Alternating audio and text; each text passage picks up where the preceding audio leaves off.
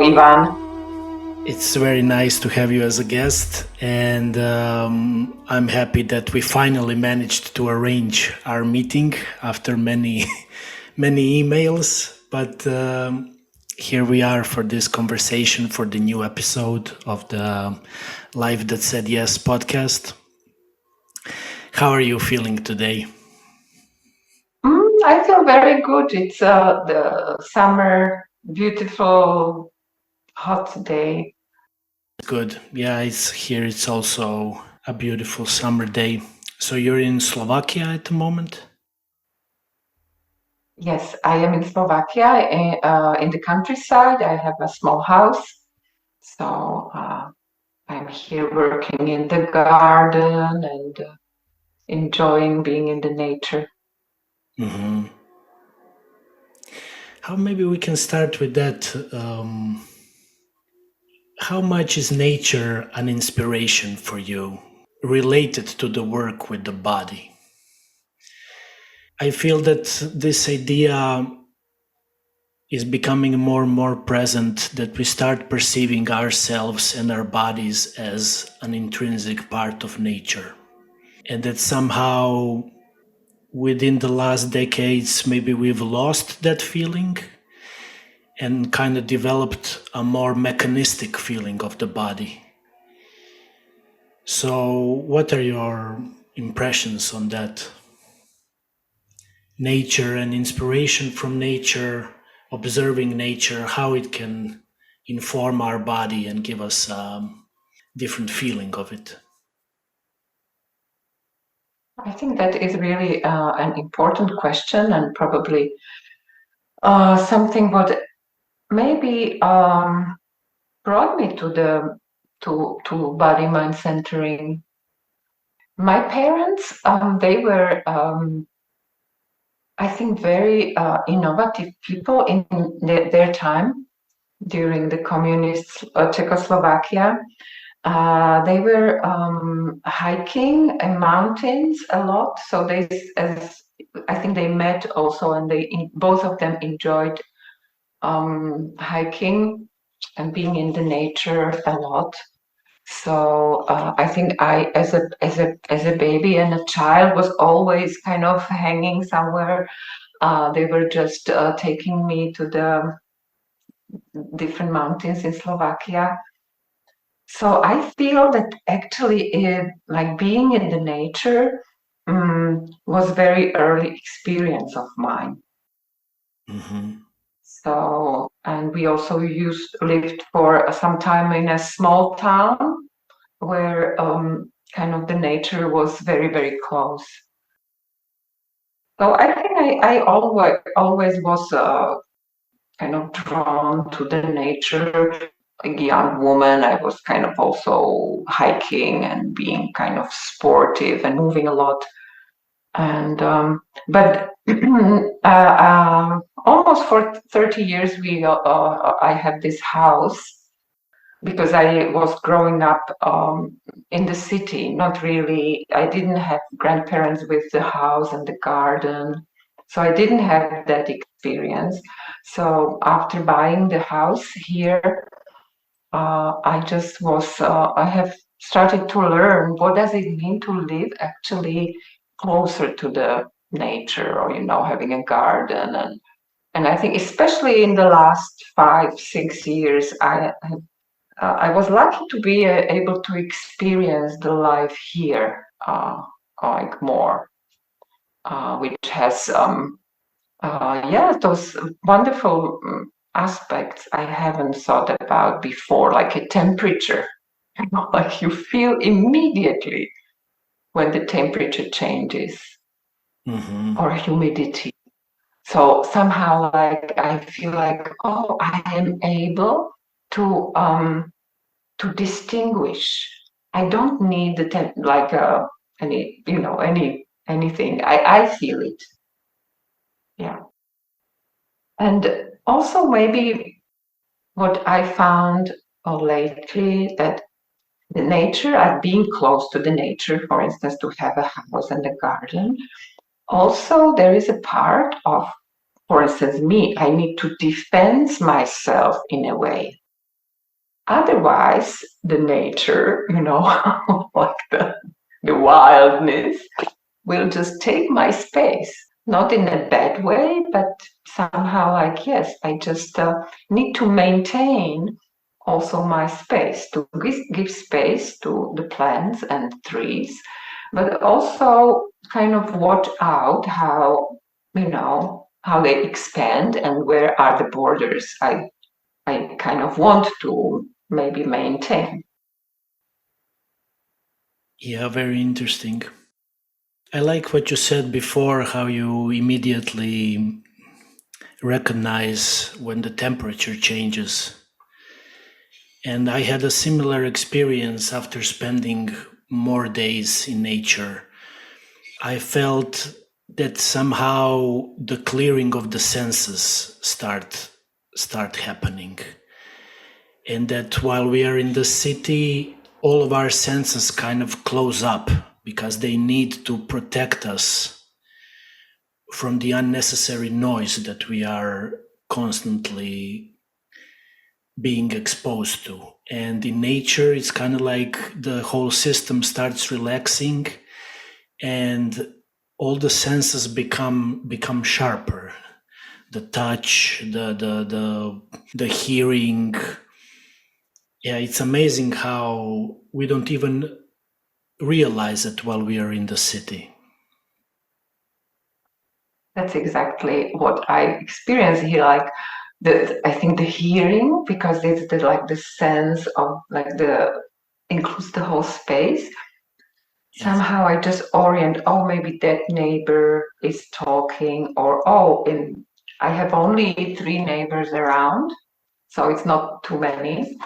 So, or there was like today the cat was eating and there was this sound which is not usual. It's not usual. And I felt like, oh, maybe a neighbor came. And then I realized it's not the cat, a neighbor is the cat kind of making this a little noise. So it's really beautiful. Also the kind of like the depth or the different like calibration, I think, also how we can recognize where the sound is it closer or further away, and so it's really amazing, I have to say. Yeah, it makes me think what are our real possibilities really as human beings. I feel that most of the time we actually live in a confined version of ourselves until we come into such places where we actually have the space and the time to let ourselves go and to kind of release this tension and widen our space. But you said in the beginning that somehow you connect nature with your contact with BMC. How is that exactly?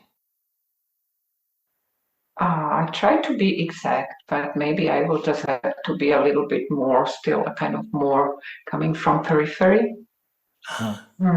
Because I'm studying a lot here. I mean, here is the space for me to maybe to come back to some of the material I am interested in. Actually, lately I have a neighbor, it's a new neighbor, and we did the workshop here in actually like 10 meters from my house. There is a small studio. I think it is, I cannot really be very specific because it seems that it's one, like besides of planting, especially like the gardening lately, like really kind of observing the growing and then like descending, expanding and condensing also with the seasons, for instance. But also maybe what you are saying, the change when I come from the city and I have the tone, like my tone is much higher. And then this transition into a different strategy of living here than in living in the city. Mm. Yes, I cannot really so much like separate it, I have to say, because it seems Right. that also the BMC is such is kind of me also Of course. as well as like this yeah, the passion or the joy of living in the nature.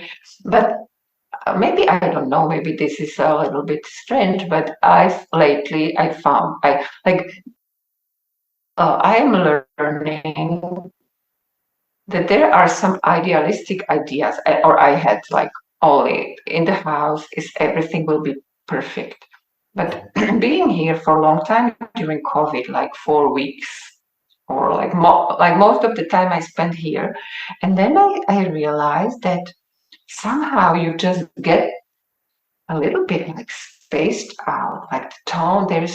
So I realized that in the moment, I really need both somehow the transitioning, having also the vitality and the community, which is Mhm. more in the city, and Right. also like this, like the speed sometimes.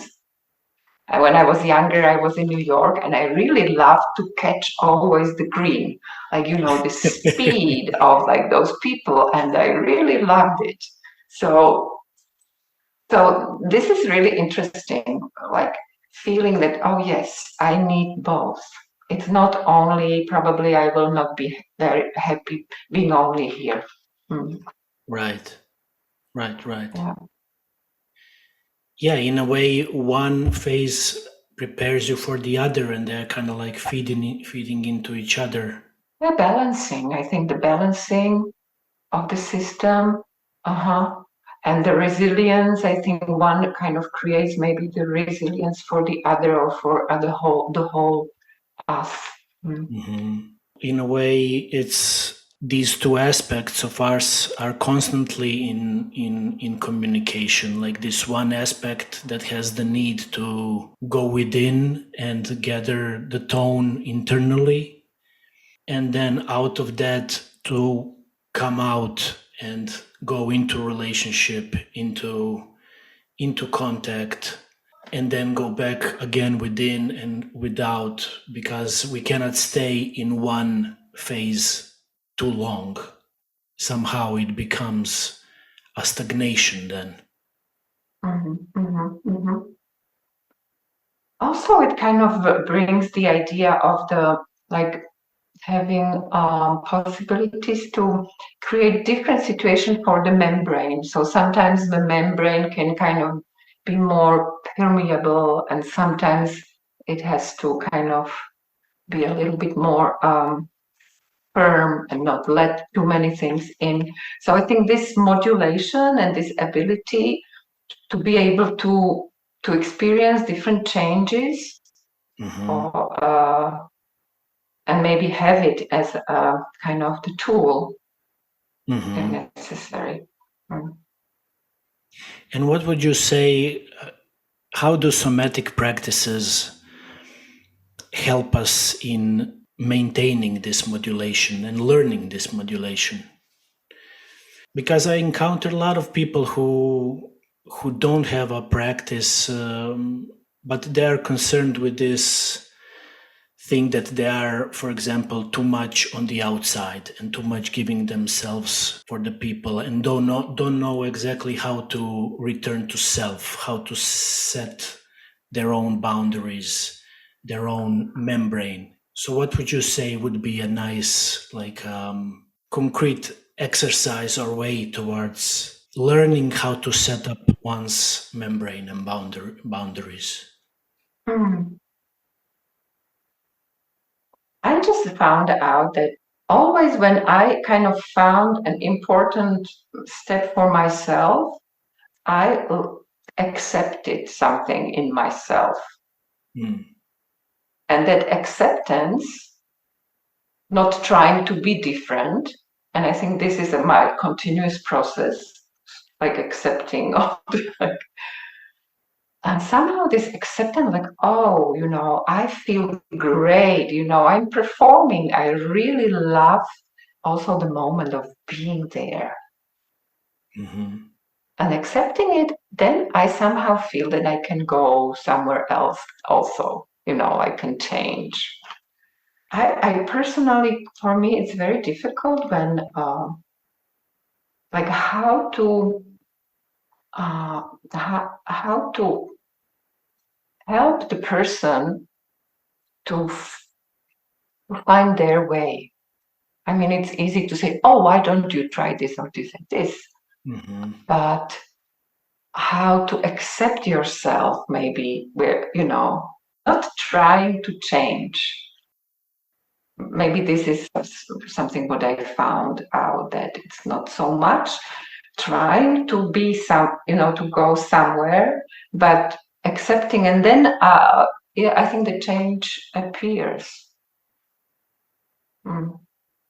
Just by realizing who we are at the moment and at least setting a direction towards yes, towards a different outcome in the future. Exactly. And then also I like this was not easy for me, but now like somehow to find a way how to love ourselves, to love ourselves there, even like oh, this is really me. And I feel that there is, I love myself there I can see also myself in some other place which was maybe hidden for me before. Right.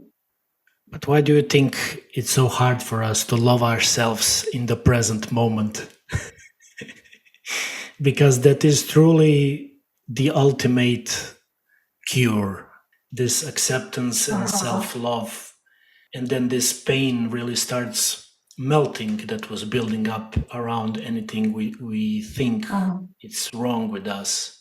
But somehow we are always projecting this in the future. Like, oh, I will love myself if I am so and so, or if I have this and this, or if I accomplish this and this.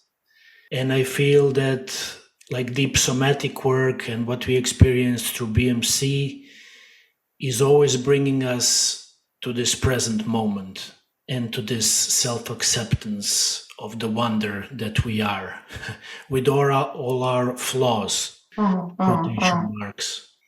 Yeah. Do you think it's a cultural programming that we are exposed to always like strive for some future version of ourselves?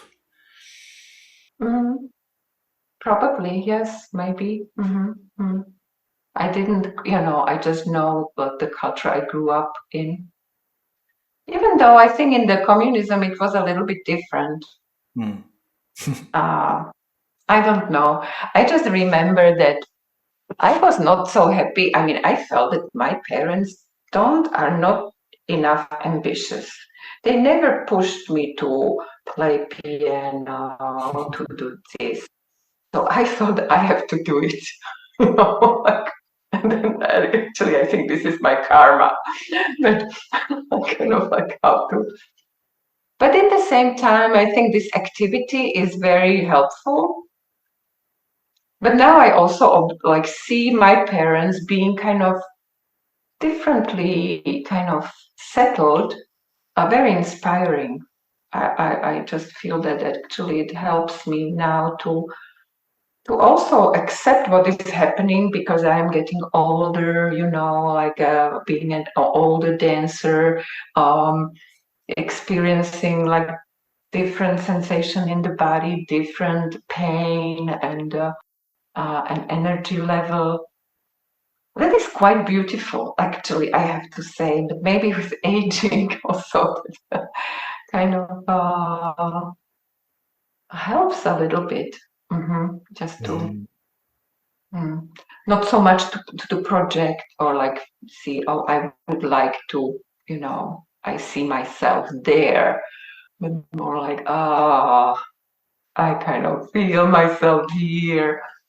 Yeah, again, self-acceptance. And I feel also this is maybe that I feel myself, or but also with the others. like with my friends, with my in BMC community. I think that is also a beautiful, a space for me, to accept myself through the others. Mm-hmm. Mm. What do you mean by that? I mean, and this is something what I was lately living with, is how to somehow I sometimes I have the feeling also in my art or working with children or also in BMC community that after a while some kind of yielding into the space, the group, I kind of feel the shared space, something what we actually create together. And I can, in that shared space, I can accept myself through the interaction that somebody kind of smiles at me or says, oh, I like this, or we have this small movement together. Just very simple gestures, or seeing those other people being kind of here. So I feel that it's a lot about really the community, like people and some kind of connections. I mean, now it's different kind of connections, and I think through the somatic work and especially body mind centering, I feel, because I am not expert in many. I like to do some other things, but this is maybe more alone. But in body mind centering, I feel that some like the information or the being is together. Like the togetherness is a very special quality. And if I can continue, because I think the pandemics just learned me. Like for instance, Bonnie is doing her series, and I love that. But I realized that, oh, this is my time with Bonnie. It's like one-to-one. And being in the space with people, with you, for instance, in May, or I was in Italy or in Bratislava, it has a different dimension. So it's really different, even though, I mean, Bonnie is so inspiring, but somehow what she brings, then bringing it to the community, is really powerful. Right. Mm. Yeah, and like you said, it's about the little things, like the contact, the touch, the look, the smile, the comment, and also just observing others. One of the most beautiful moments for me during BMC courses is just like stopping for a second and observing all these bodies in motion. And somehow, when the whole space is supportive of everybody, that everybody can be authentic, incredible beauty shines forth from everybody.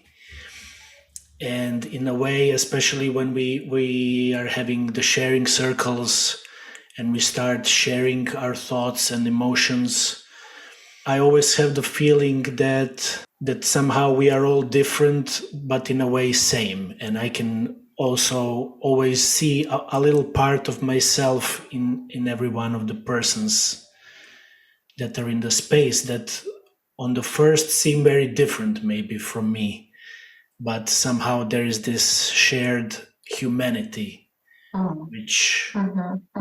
which helps me accept myself even a little bit more, like you said. So I feel when you are go ahead. Yeah, that's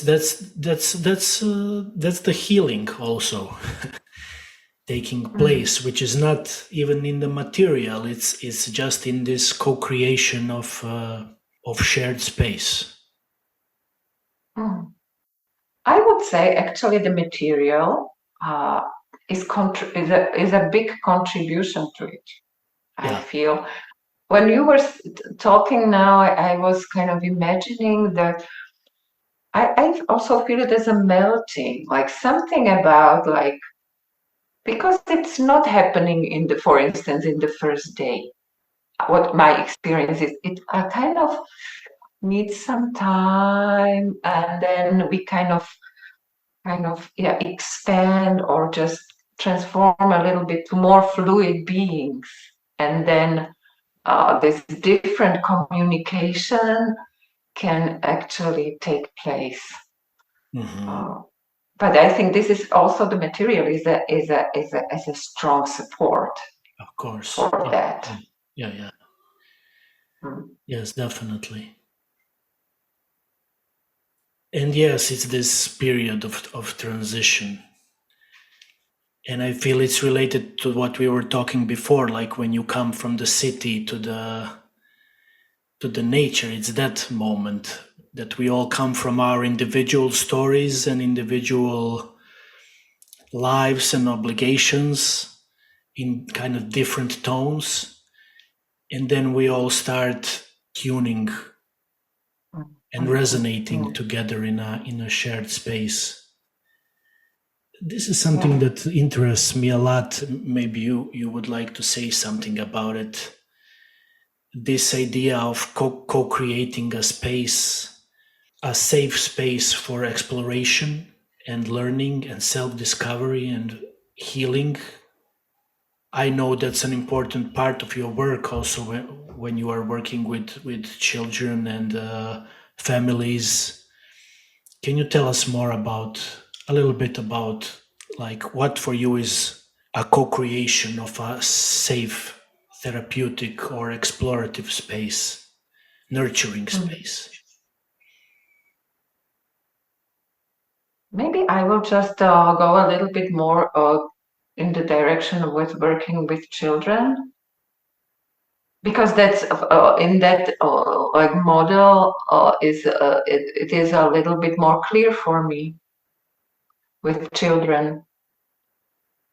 When I meet the child, and also I can see the development in that also during the years.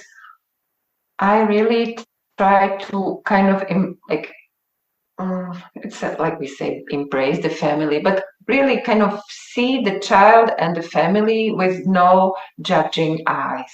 Really kind of more like really welcoming. Oh, what, how you are actually meeting me. Because the children, they are very curious, so they are very clear how to, what they want to show me and what they don't. And so I think and actually physically, I am really calibrating the space where I sit, how I talk. And actually with the talking, it's also interesting. And so I usually welcoming what those kids are showing me, or maybe I can have some toy, but really creating the space that they feel safe and curious to, maybe not so much, come to me, or just to start to move. And I found out that the kids, they really love to be seen, but really with very soft eyes, and kind of also soft heart. And if for instance there is this thought like, oh, and they can feel it. So yeah. And when we find with the child this moment of the fact that the child starts to accept me, that I am here to kind of support him or her, that is like they are opening themselves up also. But the time before, for instance, touching is quite, a good time for me to observe, maybe to talk to the parent, but also be alone with the child, kind of maybe also to feel. feel what the child is doing. And then when there is the touch, they feel supportive. This is a moment that I really love, when they feel the strength in their body. It's just amazing, like how they kind of feel, I feel the strength. I feel that something has changed. I can do more. So that I like a lot. It's not something which I'm not so sure I can do with the adults so well as with with children.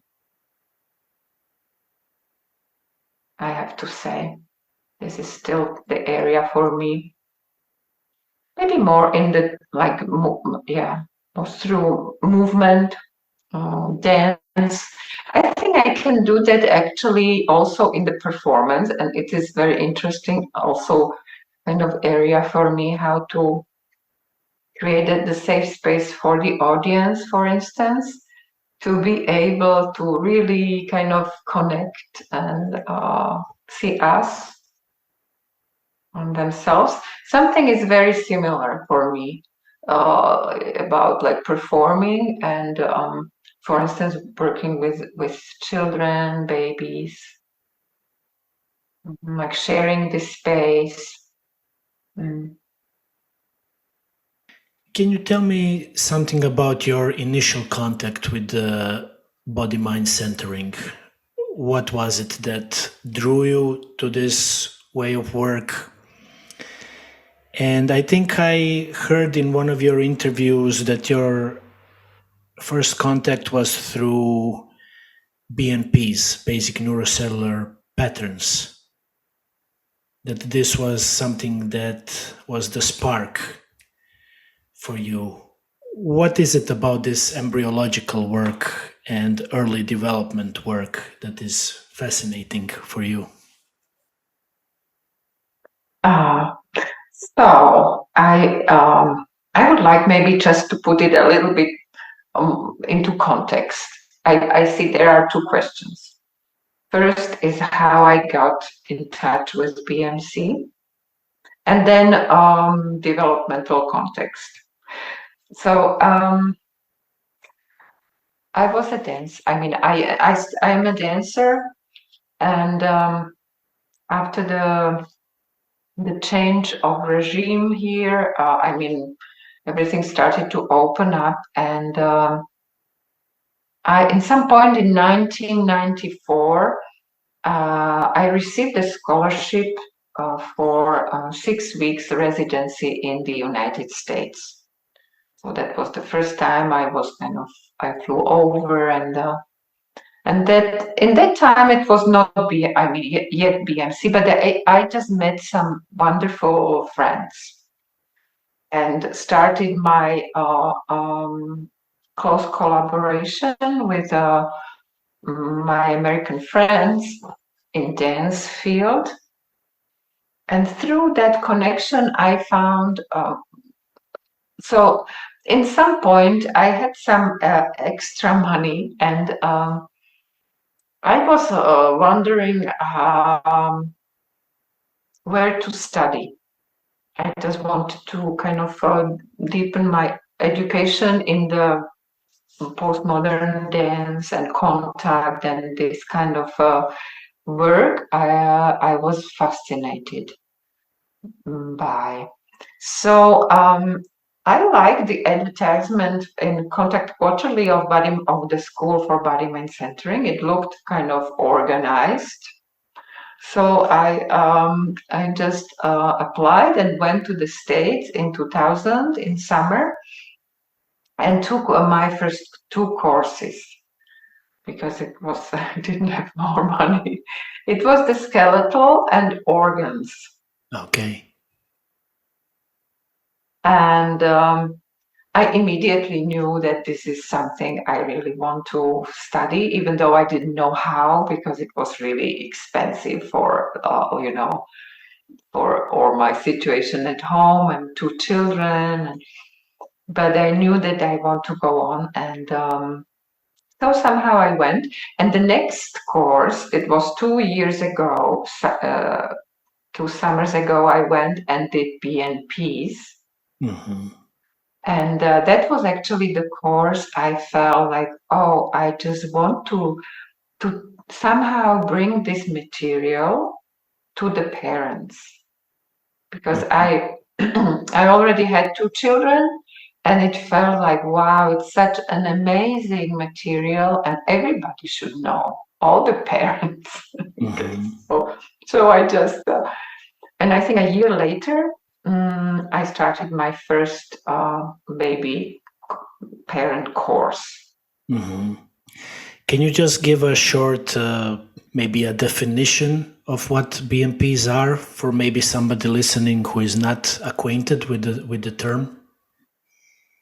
But basic neurocellular patterns are the patterns which are embedded in our nervous system, through the ontogenetic development, but also connected to the phylogenetic development of the animals. And they are patterning our brain and nervous system certain ways. And in BMC, we have 2 kind of major, or maybe 3, like 2 major groups, or the patterns which we call prevertebrate, which are the patterns before the birth or developed in animals which are living in the water, and then vertebrate patterns.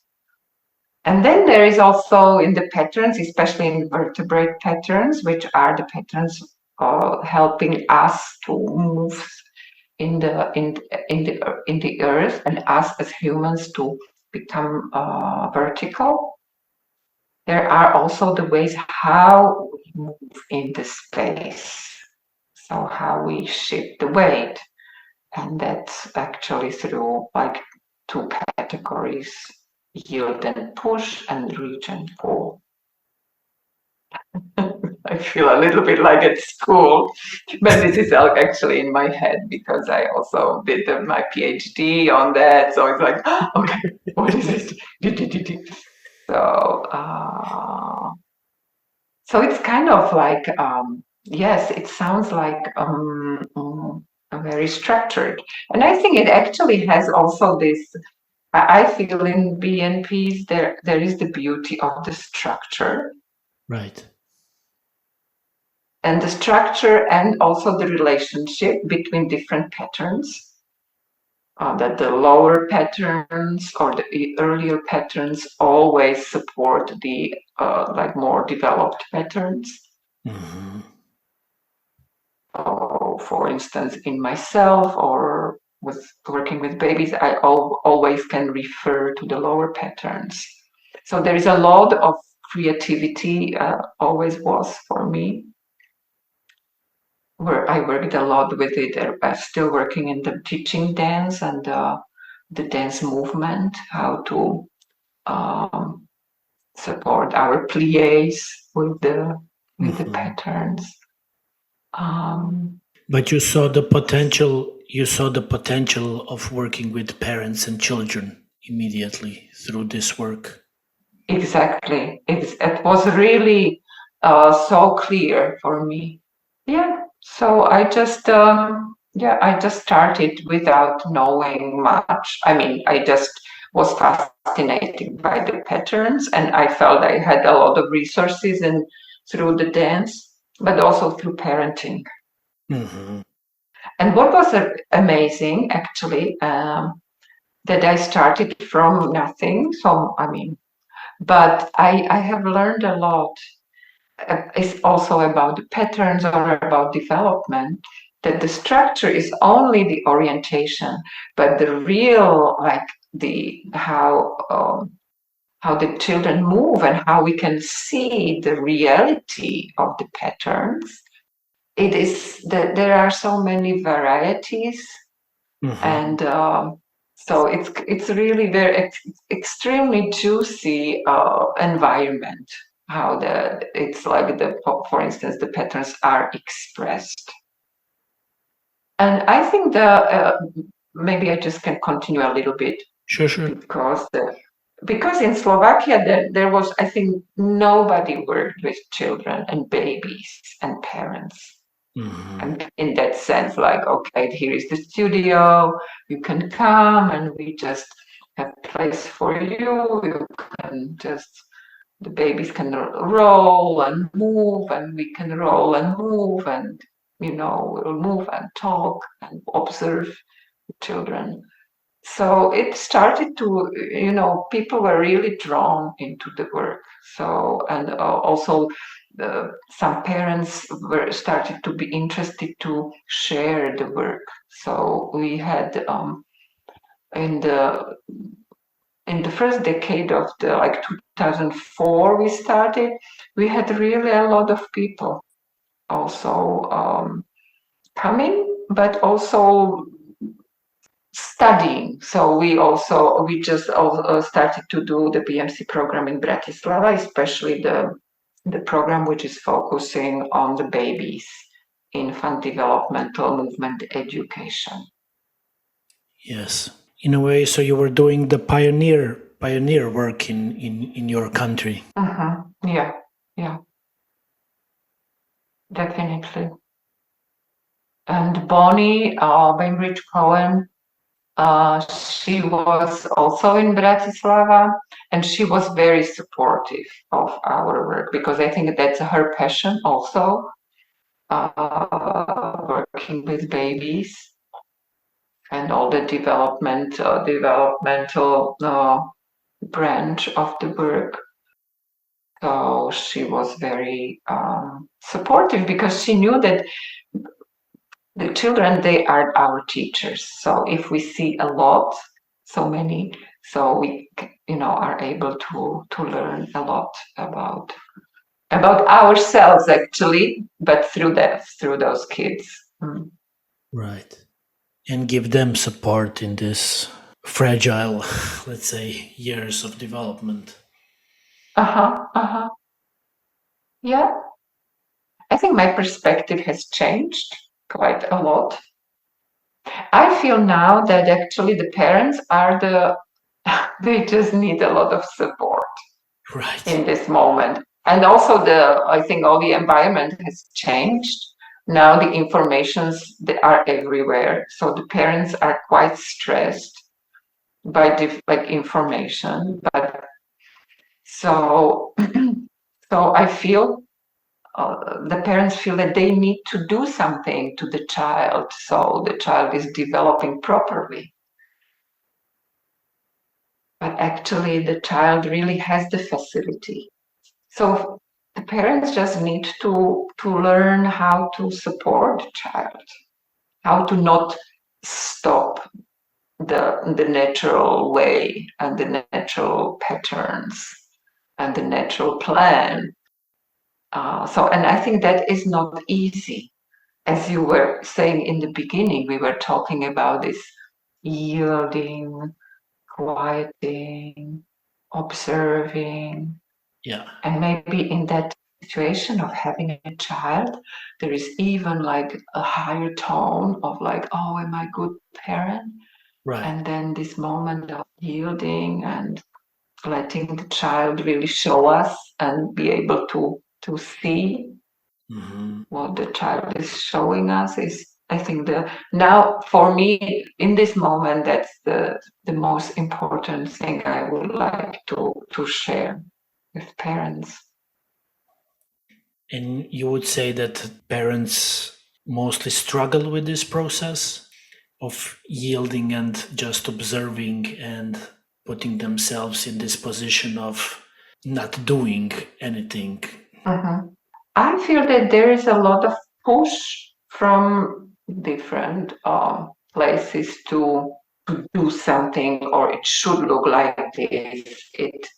So the parents are very often very busy with some ideas, don't have so much capacity to maybe to see the details, as you were also saying in the beginning, like, because the kids, their movement or the communication and the signals are quite subtle. And maybe from that suppleness, we can even find a way how to help in the cases which the help is needed, because if the child is not able to maybe just to transition or to do something, it needs some more external support. But unless we understand those more internal and subtle signals and movements, we cannot really find a way how to support the child from the place he or she is. Right. So again, it's about this deep listening in a way, and observing, and in creating a common space with the child and the parents. Do you think it's important for the parents themselves to get to know themselves a bit better on this level? To, for example, do the patterns themselves, feel them? That would be fantastic. Maybe, yeah. I mean, I just have more kind of simple goals, like maybe just how to let them lie down with the child on the floor.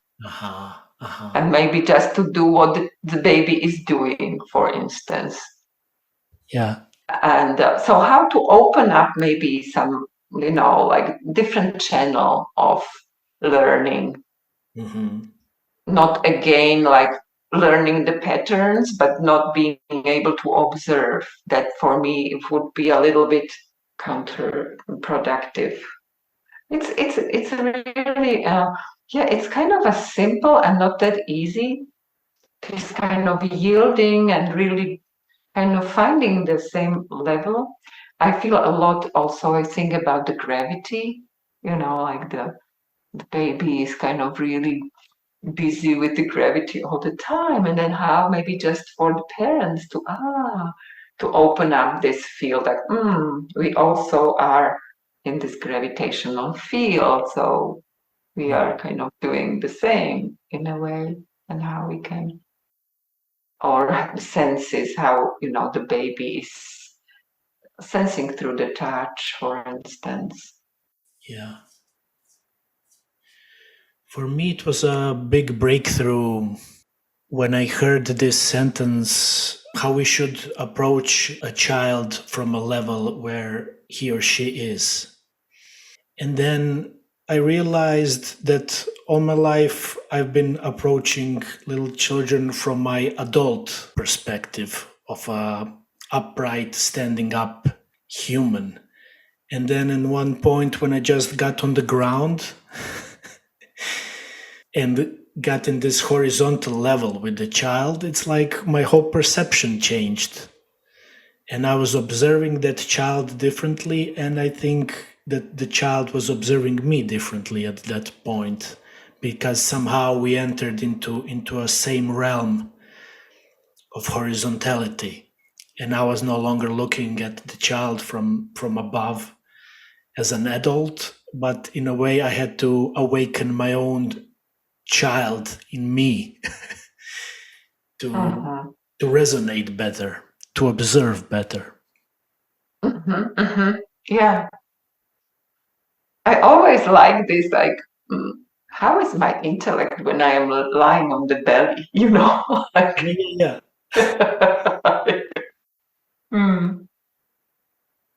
But isn't it amazing that we change our perception and our intellect just by changing our position? For me, it's an amazing insight into the richness of who we really are. Yeah. It's very interesting. Also, I like that the verticality and like thinking a lot about it, and horizontality or different levels. Also, in my dance practice, I like to speak. Practice like how I can speak, and in the same time I can, lie down or lower my head. So, and then feeling those changes, but kind of keeping the thread, or some really interesting practice, because you just have in the same time of like keeping up your thought, you just have some different perception of your body, which is kind of like nourishing, or maybe even like, yeah, kind of challenging a little bit, the whole process. Yeah, very interesting. And that also brings us maybe a little bit to other children, like how they verbalize when they are very small. On the belly, on the back is a little bit different. When they sit is a little bit different. So how all those positions actually bring a different way of verbal or vocal expression. Maybe one more thing I would like to say, because children are really my passion. And you said this also a few minutes ago, that I am observing the child, but the child is observing me also. And one friend of mine, he was very much saying, the kids are very curious who we are. Like that was in the context of the session. And then that was his approach of like showing him to the child, like the child is really interested in us. I think it's very beautiful. Yeah, yeah. And it's amazing. We can only imagine what goes through the child's brain as all these weird humans are around him or her. Mm-hmm. Mm-hmm. And what is weird, sometimes I just realize, when people like mostly upright, and then I lie down next to them, they are like, what's going on here? Because it's something they kind of don't experience. So how, like how we, for instance, as parents, when we just find the courage to kind of lie down on the floor, and that actually we just change the environment for the child. So it becomes normal that people are also lying down on the floor. Yeah. So maybe he can easier go lower and rest. Because there is an invitation from the parents. Right. And at what point you were talking about working with children and parents, but you also work a lot with children with disabilities and the parents and those family structures. Was that also something from the beginning of your work, or it was just like a widening of your work with children? Yes, actually, I was not planning to work with children with special needs in the beginning. But, by working with children and I think creating kind of welcoming environment, also parents with children with some, problems started to come. And yeah, I feel I'm kind of curious always, like curious and believing that with this work we really can do a lot. So I started to work with them. I found that I'm not really the person who can be very like working in the structural field, like for instance having clients every day. This is something I cannot really do. I can do like more intensive and then so have some break but there are some interesting people coming, very interesting parents calling like, oh, we with children really severely handicapped who nobody wanted to do any rehabilitation. So they came and actually I really like to work with very handicapped kids when I can like very gently to find where is the communication, just to find that the mouth can move. And I have the experience that those parents, some of them are very open to go to those very subtle levels and not going like, okay, let's just move but more like, the perception, the touch, gentle movement. Let's see what is the reaction. And then sometimes actually meets their experience, what they actually have from their kids. Amazing. I like also to work on very simple things. For instance, I have one, like a family, and both parents are dancers, so that's very easy for us to communicate. And we actually worked with this girl on many things, but the very important was how to support her ability to be independent in eating, or some kind of independency of, like, maybe holding the bottle, or so what is the level of, her controlling something about eating, which is, I think, the primary, our ability, right, to feed ourselves. And I think we found really a great, she's now able to really feed herself. It took us 2 years, but because the parents were so trusting and open, that actually it's amazing that she really is able to. Some kids are not, even though I feel they would be, they could, but it requires really a lot from parents to give up this feeding, but yeah. A lot of patience and again, acceptance and listening and observing and maybe also seeing and finding the help in seeing the small progress, right, small steps, because that is very encouraging. And in like with children with special needs, even like with really not big difficulties, the steps are very small, but they are there. yeah, that's also beautiful, and I feel like a life lesson also in humility, to just accept the small steps, the small changes, and letting go of this idea that we are somehow broken and that we need to get fixed completely. Yes, that's very nice what you.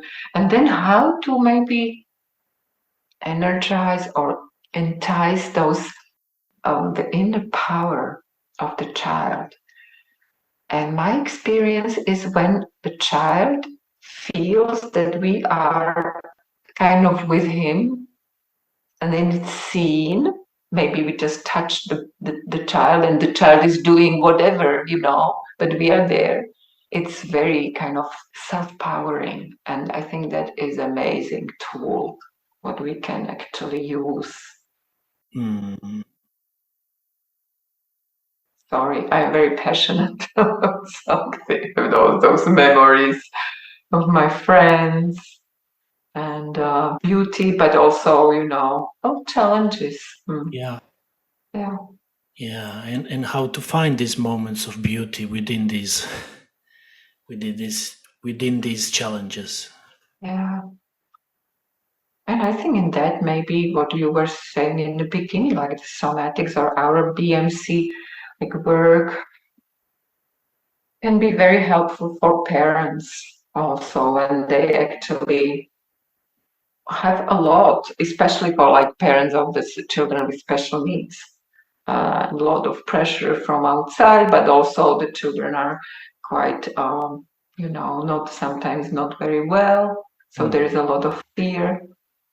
So how to have some tools that they can stay connected to themselves through the touch, movement, breathing. And I feel that we are somehow actually made the loop back to the nature a little bit. This is something what I also feel working with children. It's a lot about the hearing and listening to the more the natural forces, in the development. Right. I remember when I was teaching, or maybe still, but I think there was this, I just realized that I feel like being like hiking when I was kind of guiding people through the organs, or it's like like a landscape. Yeah. That's a beautiful image. Mm-hmm.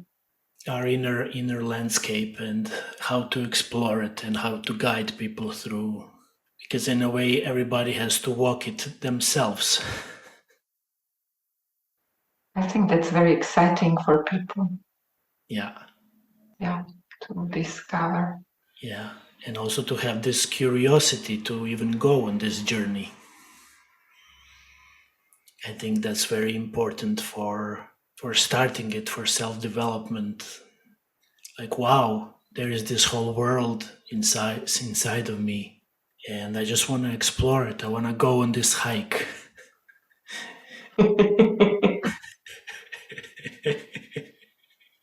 Mm-hmm. Yeah. And sometimes the hike is wonderful, and sometimes it's kind of challenging, right? Like surprises. Mm. Exactly, but it's all us. Yeah. Beautiful, Anka. Thank you very much for this conversation. Thank you, Ivan. I'm really glad that we just, in this nice summer evening, created this space. Yeah, it feels really good.